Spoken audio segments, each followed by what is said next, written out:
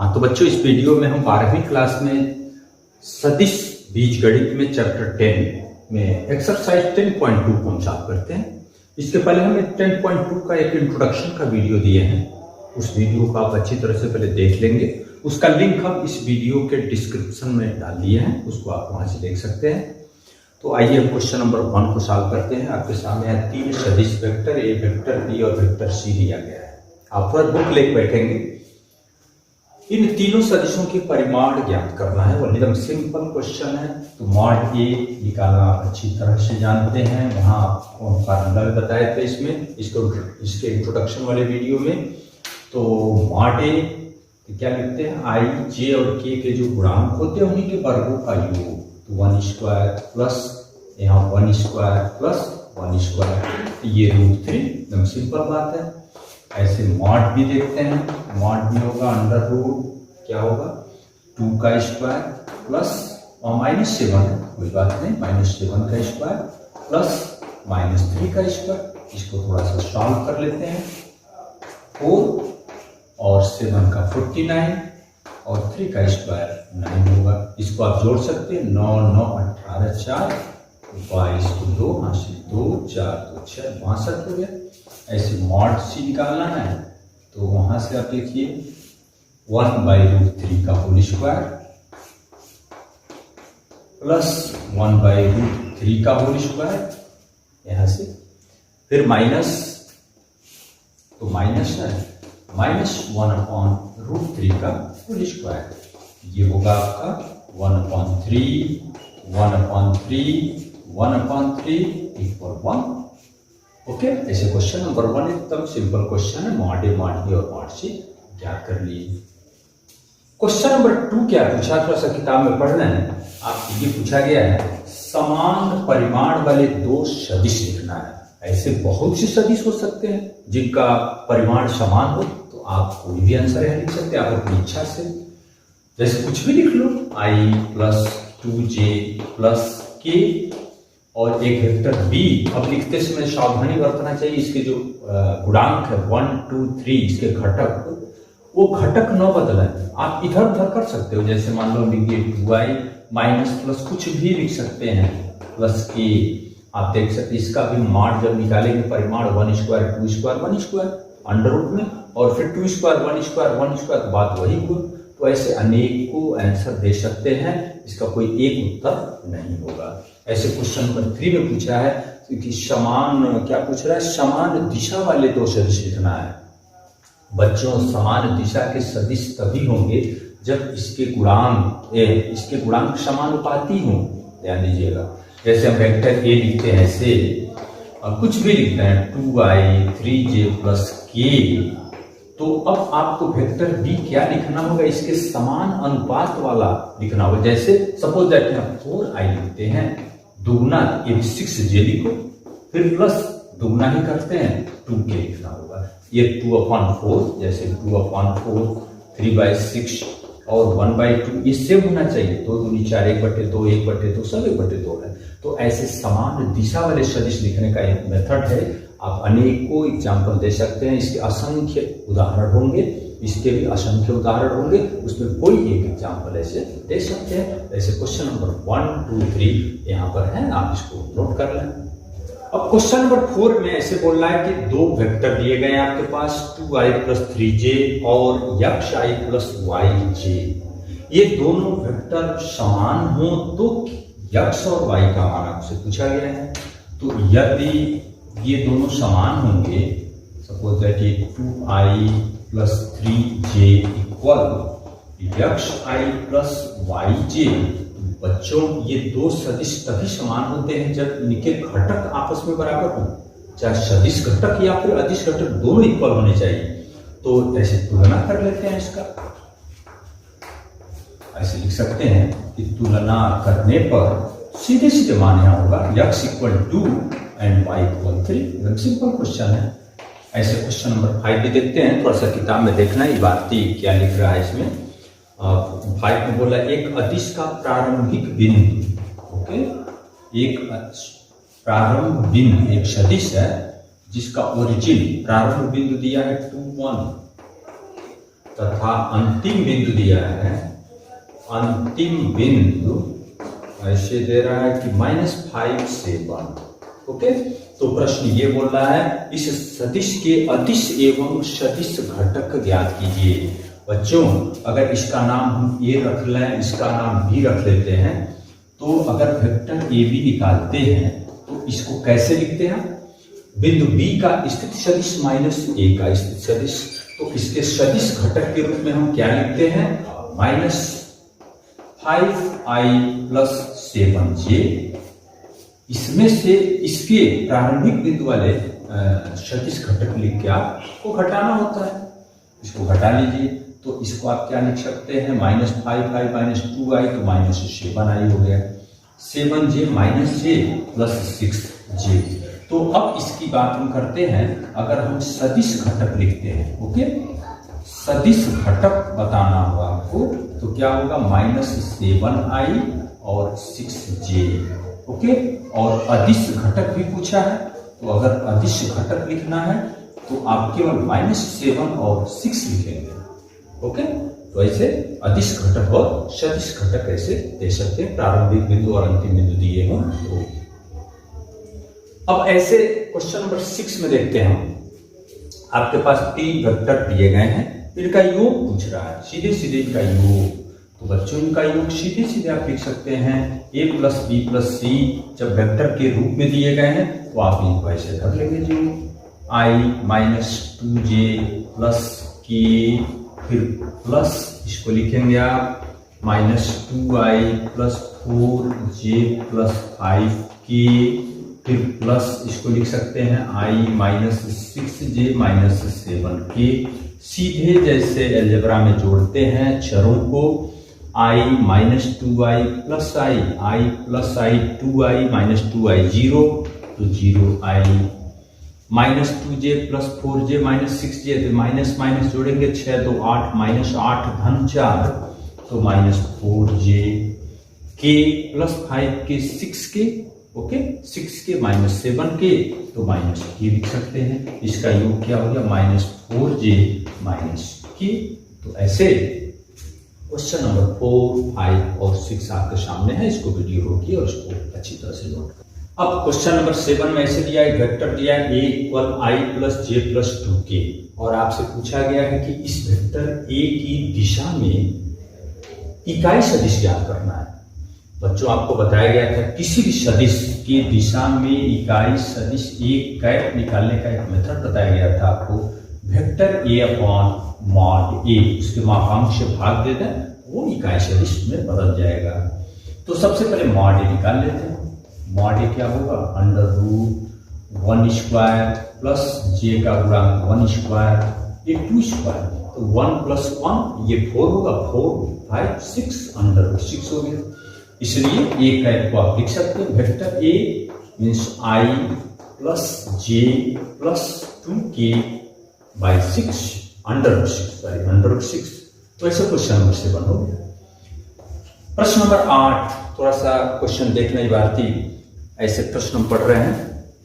सदिश PQ के अंतिश मात्रक सदिश ज्ञात करना है, जबकि P और Q के निर्देशांक दिए गए हैं। P का निर्देशांक है आपका 1 2 3, P एक पॉइंट है जिसका निर्देशांक दिया गया 1 2 3, और Q का निर्देशांक कैसे दे रहा है? 4 5 6। तो क्या पूछा है? PQ के अंतिश इकाई सदिश। मेरे प्यारे बच्चों, सबसे पहले आप वेक्टर PQ को ही निकालना है। जैसे PQ मीन्स ऐसे वेक्टर A मिल जाए तो इसके दिशा में जैसे इकाई सदिश आप ज्ञात कर रही हो, वैसे PQ के दिशा में भी हम इकाई सदिश ज्ञात कर लेंगे। तो PQ लिखने का मेथड बताया गया था आपको। Q का स्थिति सदिश पोजीशन वेक्टर -P का पोजीशन वेक्टर लिखते हैं। इसको आप ऐसे लिखते हैं OQ - OP। जैसे किसी भी पॉइंट का पोजीशन वेक्टर मूल बिंदु के सापेक्ष O भले ही नहीं यहाँ दिख रहा है, लेकिन हम उसको लिखें या शब्द में लिखिए, Q का स्थिति सदिश -P का स्थिति सदिश। तो इसका स्थिति सदिश, इसके इंट्रोडक्शन का वीडियो थोड़ा बार देख लें, अगर कोई कंफ्यूजन है तो। इसके स्थिति सदिश x y z पॉइंट है, x i y j z के, तो इसका स्थिति सदिश लिखते हैं 4i + 5j प्लस 6k और माइनस OP, तो ये होगा आपका I plus 2j plus 3k। इसको सिंपली घटा सकते हैं, 4i minus I 3i, 5j minus 2j 3j, 6 minus 3 plus 3k। अब आप इस क्वेश्चन के भांति पहुंच चुके हैं, जैसे ये है वैसे ये है।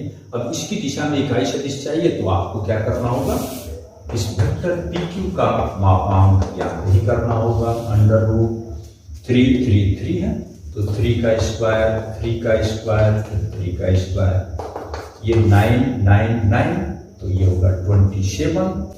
ओके, ली तो 3 रूट 3 भी लिख सकते हैं। ओके, PQ, अतः आप शब्दों में लिखेंगे, अतः PQ की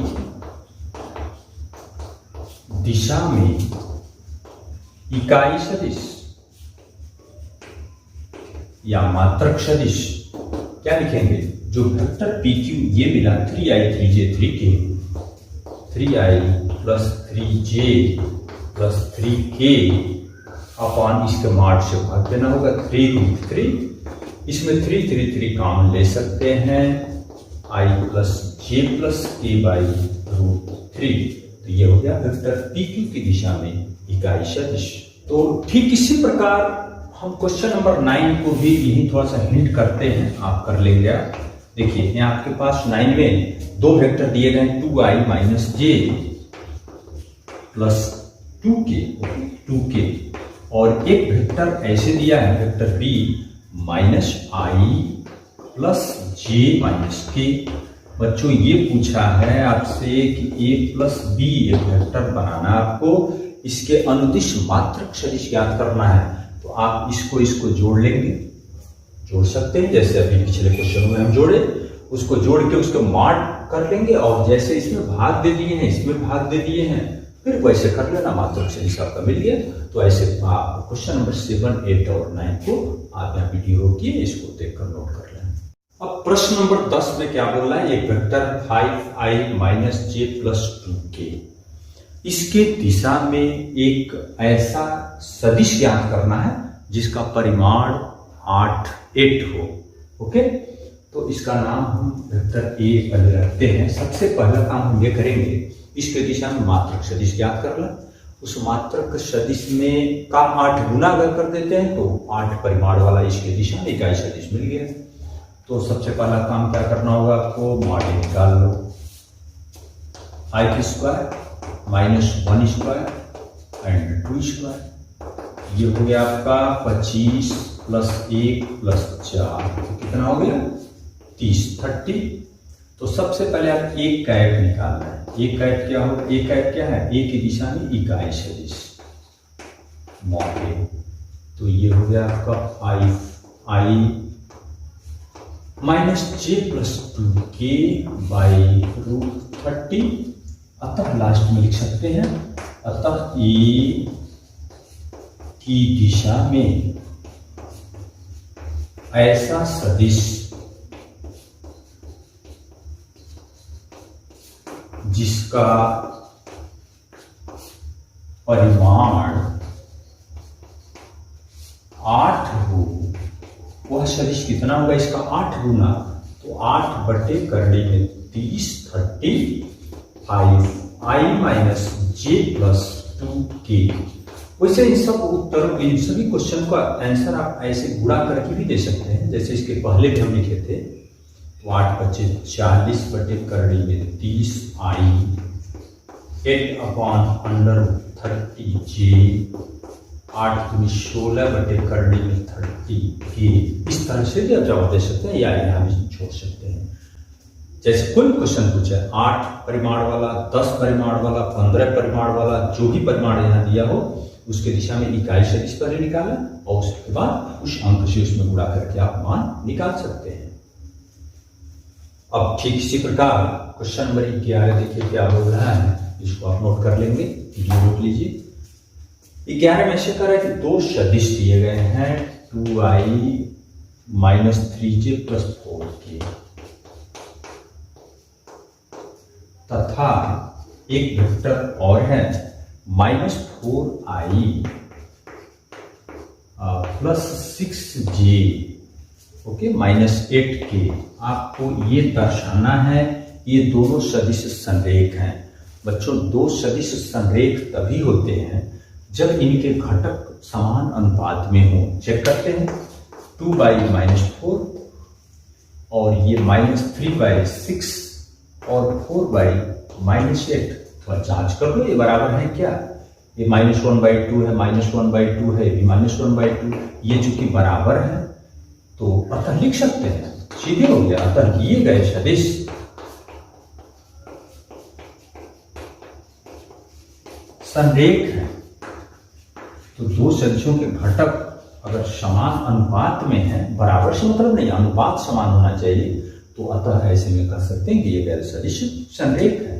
तो ऐसे भी कंप्लीट हुआ। नोट कीजिए, प्रश्न नंबर 12 में i + 2j + 3k एक सदिश दिया है, इसका दिक् कोसाइन पूछा है। बच्चों, इसके सबसे पहला वीडियो, इस चैप्टर का फर्स्ट वीडियो मेरा देखेंगे, उसमें दिक् कोसाइन को हम विस्तार से डिफाइन किए हैं।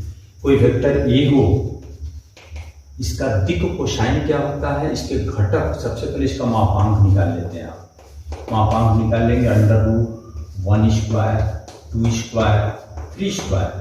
तो ये √1, ये हो गया 4, ये हो गया 9, 9 4 13, 1 14। तो इसलिए दिक् कोसाइन क्या लिखते हैं आप, इनके घटक में इसके मापांक से भाग दे देते हैं। 1/√14, 2/√14 और 3/√14। ये क्यों ऐसा लिखा जा रहा है, इसका पहला वीडियो, हम उसका लिंक इसके डिस्क्रिप्शन में दिए हैं, वहां से देख लेंगे। उस वीडियो में कैसे ये इसको हम प्रूव भी किए थे और दिक् कोसाइन को पूरा हम डिफाइन भी किए, वहां उसको देख लेंगे आप। दिक् कोसाइन आपको बिल्कुल समझ में आ जाएगा। ऐसे ही क्वेश्चन नंबर 30, थोड़ा सा बुक में देख लें क्या दिया है। 30 में ऐसे बोला, दो बिंदु दिए गए हैं, A1 2 -3 और एक पॉइंट बी दिया है -1 -2 1 को मिलाने वाले एवं ए से बी की ओर तिष्ठ रेखा का दिक् कोसाइन ज्ञात करना है। मीन्स ए से बी की ओर तिष्ठ सदिश को हम वेक्टर ए बी से लिखते हैं। तो ये लिखने का मतलब ये हो गया, बी का स्थिति सदिश में से ए का स्थिति सदिश घटा दें तो ये वेक्टर ए बी मिल जाएगा। तो ओ बी कैसे लिखते हैं, इसके अदिश घटक दिए गए हैं तो उसको सदिश घटक में कन्वर्ट कर लें। -2j + k, इसमें i j k लगा कर हम लिख रहे हैं। ओ ए यहां से लिखते हैं i + 2j - 3k। इसको आप लिख सकते हैं -i मिलकर -2i, -2j मिलके -4j और k ये +3k + 4k। बच्चों, इसका दिक् कोसाइन ज्ञात करना तो यही क्वेश्चन हो गया। फिर आप देख सकते हैं इस क्वेश्चन को, इसका मापांक निकालो। मॉड ए बी बराबर √ क्या आएगा, -2 का वर्ग 4, फिर यहाँ -4 का वर्ग 16, फिर यहाँ +4 का वर्ग 16, 16 16 32, 4 क्या हो जाएगा 36। तो इसका वर्गमूल हो गया 6।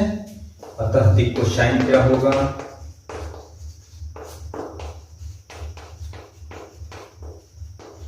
दिक् कोसाइन यही लिख सकते हैं, आप देख सकते हैं -2/6 -4/6 4/6 तेज लिख लेते हैं। -2/6 and -4/6 and 4/6, -1/3 -2/3 2/3। तो ये ऐसे क्वेश्चन नंबर 12 और 13 आपके सामने है। इसी क्रम में ये 14 भी दिक् कोसाइन से ही संबंधित है, इसको भी सॉल्व करते हैं। आपको सिद्ध करना है कि वेक्टर i + j + k अक्षों OX, OY और OZ से समान कोण बनाता है। आपको प्रूव करना है। दिक् कोसाइन में क्या डिफाइन किया गया था, ये जो 3 अंक मिल रहे हैं दिक् कोसाइन यहाँ पर और यहाँ, दिक् कोसाइन का डिफिनीशन हम स्टार्टिंग में आपको दिए थे कि कोई भी वेक्टर अक्षों से जो कोण बनाता है उन कोणों के कास, उन कोणों के कोसाइन को ही उस सदिश का दिक् कोसाइन कहते हैं। अगर किसी भी सदिश का हम दिक् कोसाइन निकालते हैं अगर ये सेम आ जाए मीन्स अल्फा बीटा गामा तीनों बराबर ही होंगे, तो इसका हम दिक कोसाइन वैल्यू निकालते हैं। देखते हैं तो मॉड ए सीधे सीधे दिख रहा है 3 होगा, √3, इसलिए दिक कोसाइन क्या होगा? दिक कोसाइन सीधे मिल रहा है 1/√3, 1/√3 एंड 1/√3, यानी लिख लेंगे कि चूंकि दिक कोसाइन समान है या बराबर हैं, अतः दिया गया सदिश अक्षों से, यानी x अक्ष, y अक्ष और z अक्ष अक्षों से समान कोण बनाता है। वैसे ये वेरीफाई हुआ, सत्यापित हो गया, सिद्ध हो गया, ये सदिश अक्षों से समान कोण बनाता है। किसी भी सदिश के बारे में पूछा जाए, अक्षों से समान कोण बनाता है तो उनका दिक कोसाइन निकालिए, उनको बराबर दिखाइए। ऐसे बच्चों 12, 13 और 14 3 क्वेश्चन यहाँ पर है, वीडियो रोक के इसको आप नोट कर लें। अब प्रश्न नंबर 15, P और Q दो फैक्टर दिए गए हैं, दो पॉइंट हैं जिनके स्थित सदिश दिए गए हैं, P i+2j - k और Q -i+j+k, और एक रेशियो अनुपात दिया, दो संबंधे A। बच्चों इसमें ऐसे पूछा गया है कि दो क्वेश्चन इसमें पूछा गया है कि इस अनुपात में अंतः विभाजित करने वाले बिंदु का निर्देशांक का स्थिति सदिश ज्ञात करना है, पोजीशन वेक्टर, और बाह्य विभाजन करने वाले बिंदु का स्थिति सदिश ज्ञात करना है। तो आपको दो फार्मूला हम ट्राई किए थे, सेक्शन फार्मूला इसी वीडियो के इंट्रोडक्शन वीडियो में हम दिए थे, जिसका लिंक इसके डिस्क्रिप्शन में दिए हैं, उसको आप देख सकते हैं। तो पहला क्वेश्चन, अंतः विभाजन बिंदु। अंतः विभाजन जब हो रहा है तो उस दिशा में, उस कंडीशन में जो बिंदु R आपके बुक में नाम रख दिया है, उस R का स्थिति सदिश ज्ञात करना है। तो फार्मूला लिखते हैं, फार्मूला आप लिखे थे MB + NA upon M + N। M ये होगा, N ये होगा, A ये है और B ये है। तो M क्या लिखते हैं 2B, यहाँ लिखते हैं -i + j + k, और N क्या होगा 1, A यहाँ होगा i + 2j - k upon M + N 2 + 1। इसको सॉल्व कर लें तो -2i + 2j + 2k + i + 2j - k by 3, सबको जोड़ लीजिए, या 1/3 को यहाँ लिखते हैं 2i + i -i, 2j + 2j 4j, 2k - k + k। वैसे अंतः विभाजन बिंदु ये हो गया। ऐसे बाह्य विभाजन भी निकाल सकते हैं।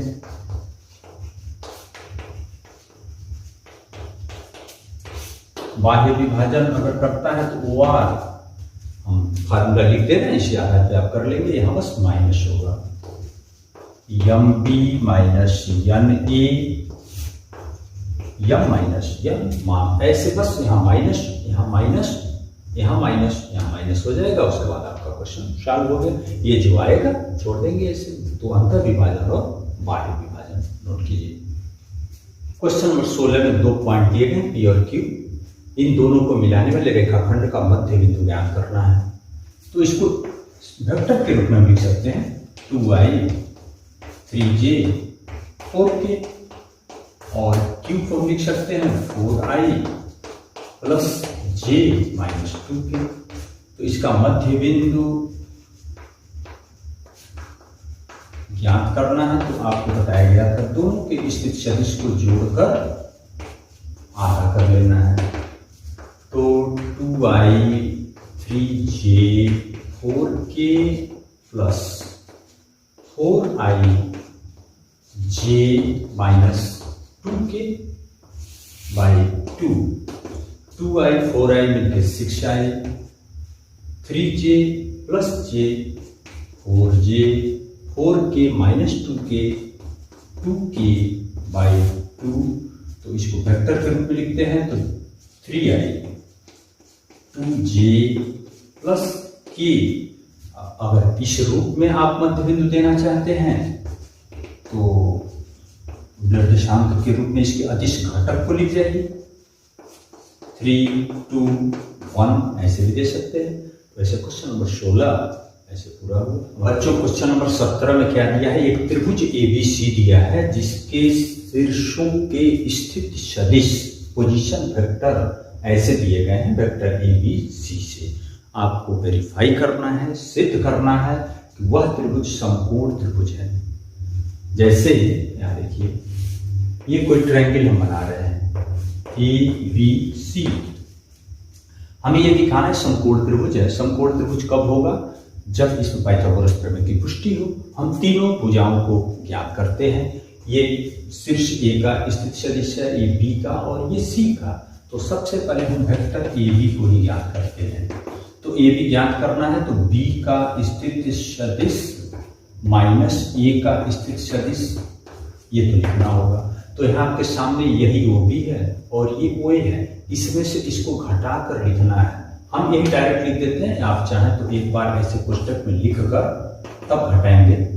तो 2i माइनस 3j, देखो b माइनस से करना है, b minus 2i minus 3i, तो ये माइनस i होगा, माइनस j एक प्लस 3 प्लस 4k लिखते हैं तो plus 3 minus j plus 4j तो plus 3j, k plus 4k 5k। इस तरह से आप चाहो तो मॉड AB यही निकाल सकते हैं। मॉड AB निकालने से होगा इस भुजा की लंबाई कंप्लीट हो गया। 1 3 का स्क्वायर 9, 5 का स्क्वायर 25, 9 1 10, 25 में जोड़ेंगे तो 35 हो गया। बच्चों ठीक इसी प्रकार आप दूसरी भुजा BC को ज्ञात कर सकते हैं। वहां BC तो इसको लिखोगे OC माइनस OB, इसको हम सीधे लिखते हैं, ध्यान दीजिए। OC ये है, OB आपका ये है। I minus 2i minus i होगा, minus 3j plus j minus 2j, minus 5k minus k minus 6k। इसका मापांक यही निकाल लीजिए BC, तो ये मिल गया 1 4 और 6 का स्क्वायर 36, ये हो गया 41। ऐसे ही ठीक AC या CA किसी तरह से निकालना है, OC माइनस OA, C का स्थिति सदिश माइनस A का स्थिति सदिश। यहाँ से हम डायरेक्ट लिखते हैं, आप चाहो तो कोष्टक लिख के माइनस लिख लो। I minus 3i minus 2i minus 3j plus 4j plus j minus 5k plus 4k minus k। ऐसे मॉड AC क्या होगा, अंडर रूट 4 प्लस 1 प्लस 1, 4 1 5 1 6, करड़ी में 6। तीनों भुजाएं मिल चुकी। अब इसमें पाइथागोरस प्रमेय की पुष्टि करते हैं। सबसे बड़ी भुजा ये है, स्पष्ट है, सीधे सीधे AB का स्क्वायर प्लस AC का स्क्वायर क्या होगा, तो AB का स्क्वायर ये हो गया 35 और ये 6, ये हो गया 41, और ऑलरेडी ये BC का स्क्वायर ये 41 है। अब दिखा सकते हैं कि चूंकि मॉड AB का स्क्वायर प्लस मॉड AC का स्क्वायर इक्वल मिल चुका आपका मॉड BC का स्क्वायर। अतः त्रिभुज ABC एक समकोण त्रिभुज होगा। ऐसे सिद्ध होता है। इसको वीडियो रोकिए और अच्छी तरह से नोट करना है। अब लास्ट में 2 क्वेश्चन बहुविकल्पी प्रश्न दिए गए हैं। इसमें आपको देखिए, हम दोनों क्वेश्चन लिख दिए हैं अच्छी तरह से। इस त्रिभुज में आपको ये बताना है इसमें से कौन सत्य नहीं है। बच्चों ध्यान दीजिए, इस ट्रायंगल में ट्रायंगल के योगफल के नियम से आप क्या लिख सकते हो, AB plus BC equal AC लिख सकते हैं क्या? ये तो ट्रायंगल नियम है, अर्थात AB प्लस BC, इसको इधर कर दें तो माइनस AC बराबर 0 होगा। अब इससे मिलता जुलता इसमें देखिए कौन कथन नहीं, आपको बताना कौन सत्य नहीं है। यह पहला क्या लिखा है, A B plus B C, ये प्लस सी ए लिखा है तो इसको क्रम विनिमय नियम का पालन करा के माइनस सी ए करते तो माइनस सी ए, तो ये तो बात सही लग रहा है, यही बात तो है। A B minus A C plus C A में कोई अंतर नहीं है, ये सही है। आपको बताना कौन गलत है, फिर इसमें मिलाएंगे A B B C minus A C, ये तो यही बात दिख रहा है, भी सही है।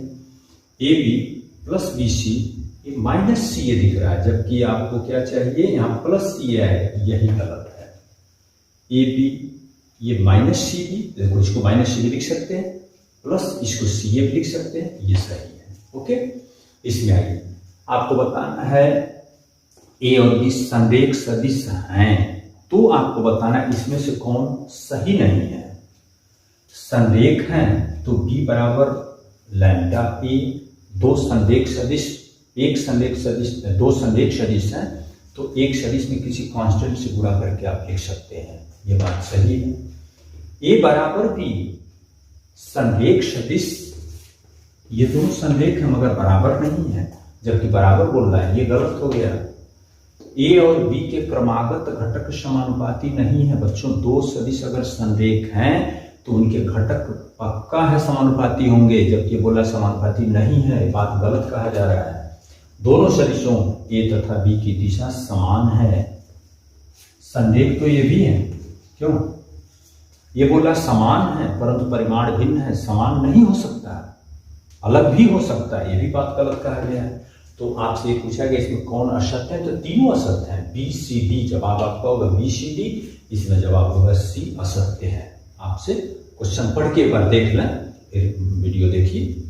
तो बच्चों इस तरह से हम एक्सरसाइज 10.2 को पूरा किए और इसके बाद हम एक इंट्रोडक्शन का वीडियो आपको 10.3 का देंगे, उसके बाद 10.3 को सॉल्व कराएंगे, फिर ऐसे क्रमशः आगे बढ़ते रहें।